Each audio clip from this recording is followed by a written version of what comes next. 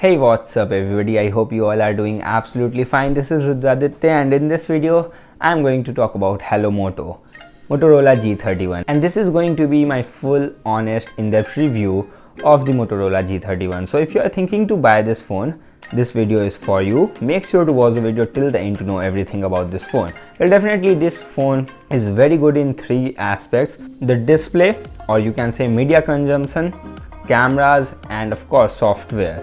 But there are a lot of other things which you should consider before buying, so make sure to watch the video. And yeah, now without wasting any time, let's start this review.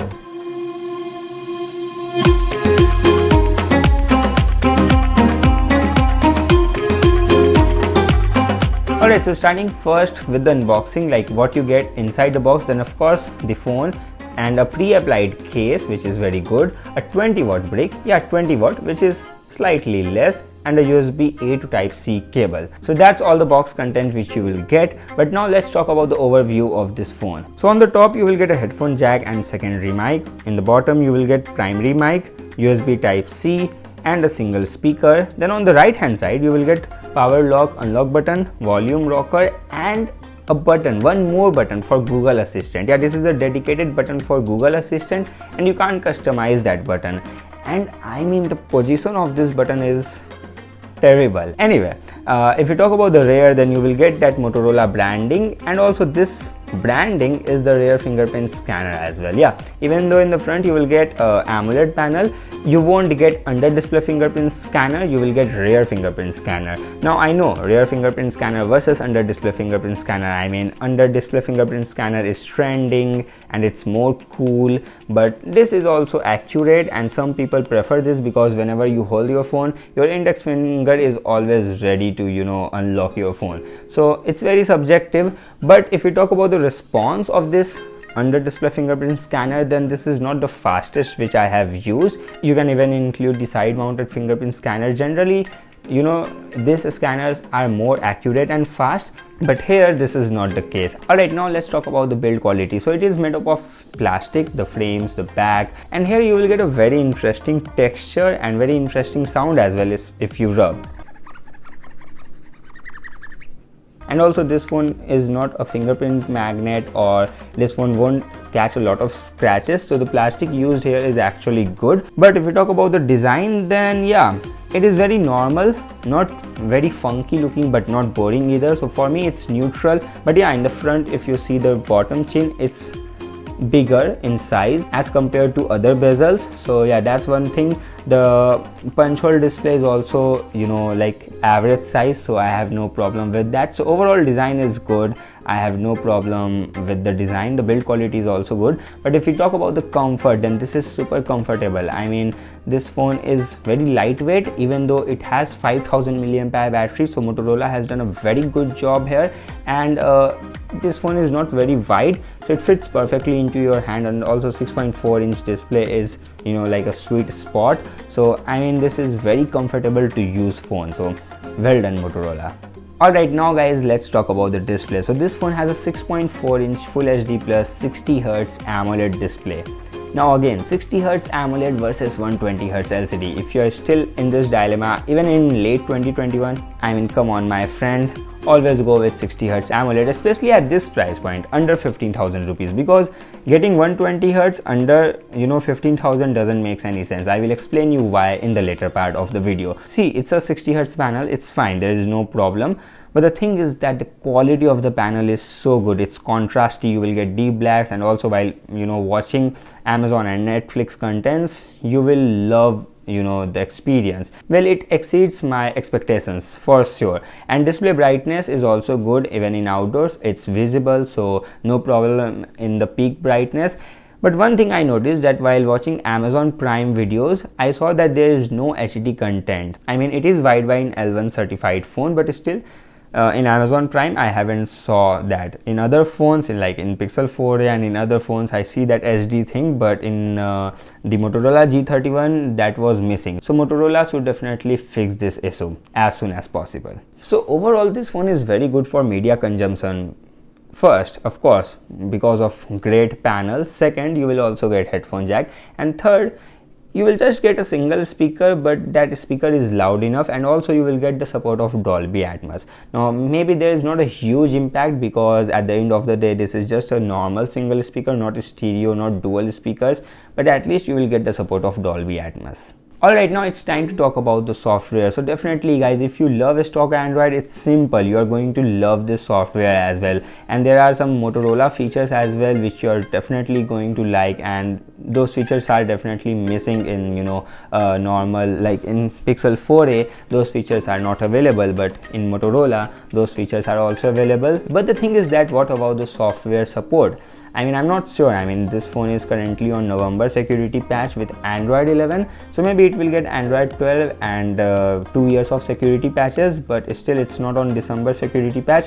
So I don't know that how it is going to age in the upcoming 6 months, 8 months, 1 year, 1.5 years. I don't know.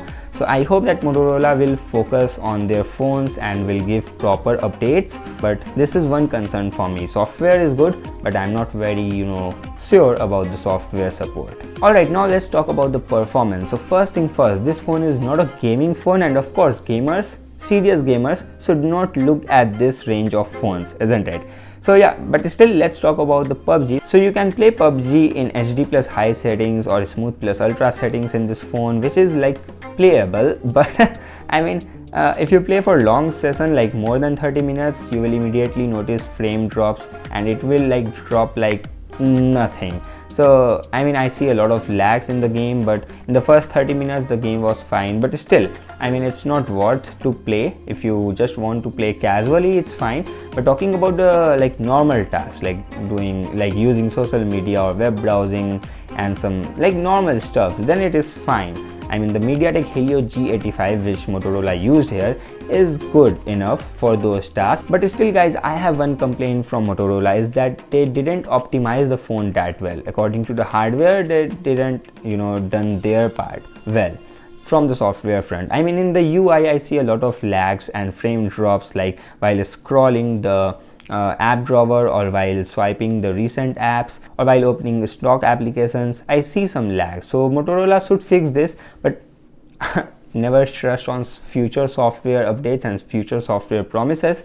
So I'm just telling you the current state of the phones. And of course, we should not expect too much power at this price point. Other phones are also not very powerful. It's not like that this is super weak and other competitors are super strong at this price range. No, I mean they are definitely better, but not by a huge margin. But yeah, if you see the competition, they are slightly better, at least on the paper. So in the real day life, I mean, they just need to optimize, and also the animations could have been a little bit better in this phone. Rest everything is fine. Well, if you talk about the storage type, then it is eMCP, not eMMC or not UFS. Well, of course, I guess MediaTek Helio G85 doesn't support UFS storage type, so it is not as good as UFS storage type, but definitely it is better than eMMC, slightly better than eMMC. So yeah, this is the thing. Alright guys, now let's talk about some extras. So definitely you won't get any haptic feedback here. You will get IPX2 certification, which is like splash resistance, not water resistance. So please don't get confused and don't use this phone in the water, because definitely after that your phone is not going to survive. So please, this is just IPX2, okay? And if you talk about the call quality, then call quality is fine here. I haven't faced any problem. Networks are also good, but yeah, there is no carrier aggregation. I mean, I never noticed 4G plus in this phone, so that's one more thing. If you noticed 4G plus, then do let me know. But as far as I know, I'm 95% sure that this phone doesn't support carrier aggregation. So this is all about the extras of the Motorola G31. Now let's talk about the features, the extra features which it packs. So starting first with the Motorola gestures, which are very cool. Then you will get chop flashlight, 3-finger hold to screenshot, slice for split view, which is also very cool. Then pick up to silent, and always on display. So yeah, there are tons of features in the Motorola phones which you can use in your day-to-day life. And also you can shake your phone to enable the camera. See, so yeah, these things are very cool. Now let's talk about the camera. So you will get a triple rear camera setup on the rear. The main camera is 50 megapixel, then you will get ultra wide, which is 8 megapixel, and the third lens is 2 megapixel macro. Now I want to share my thought on the camera with the photo samples. Alright, so starting first with the daylight shot, then yeah, it's good. The colors are good. It's not very oversaturated or not very artificial looking. The colors are accurate, and overall the quality is also good. There is enough details, but when it comes to dynamic range, it is not that great, so please don't expect too much from the cameras. But yeah, according to the price, it's good. Ultra wide angle lens is also decent, but it shifts some colors, and also the dynamic range is really poor in the ultra wide camera, but overall it's good.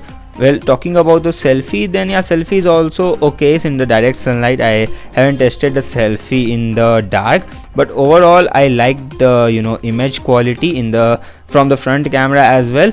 Well, talking about the low light shots, then yeah, low light shots are good. I mean, at the price point of 13,000 rupees, you can't expect anything more from the cameras.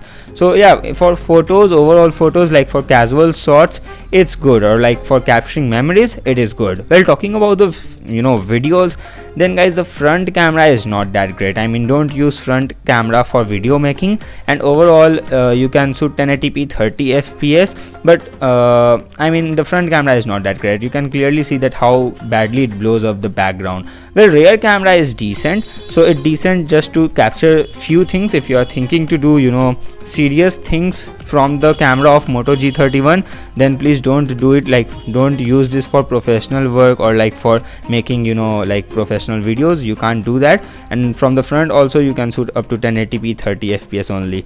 So yeah, that's the thing. Alright, so last but not the least, battery life. Battery life is very good here, and it is one day phone, easily one day phone. Now some people claim that this phone is 2-day phone, so I guess for parents whose screen on time is less than youngsters than us, then yeah, for them I guess they can use the phone for 2 days. But for us, like if you are 20-25 year old, or if your usage is medium to heavy, between medium to heavy, then definitely you are just going to use this phone for 1 day, not more than that. So after that you have to charge. Now when you have to charge, it will take like between 2 to 2.5 hours to fully charge this phone, which is definitely slow in 2022. I mean, considering today's standards, this is very slow. But yeah, definitely that won't harm your battery in long term. So yeah, that's all about the battery. So I'm very happy with the battery, with the in-hand feel, and with the display, with the cameras. Are like, I'm happy. Okay. And of course with the software. So this phone is actually very good at 13,000 rupees. So if you are looking to buy one, definitely go for it. I mean, this phone is good. There is one phone from Infinix as well, but I haven't tried that, so I can't comment much about that phone. But definitely this phone is looking promising. So if you want to buy a 13,000 rupees phone, and if your topmost priority is display, definitely go for it. So if you liked what you watched, definitely smash the like button, and also share this video with your friends. Subscribe to my channel if you haven't already. Tap that bell icon, select all to get all the notifications of my future videos. And yeah, I will see you very soon in my next video. Until then, bye bye, take care.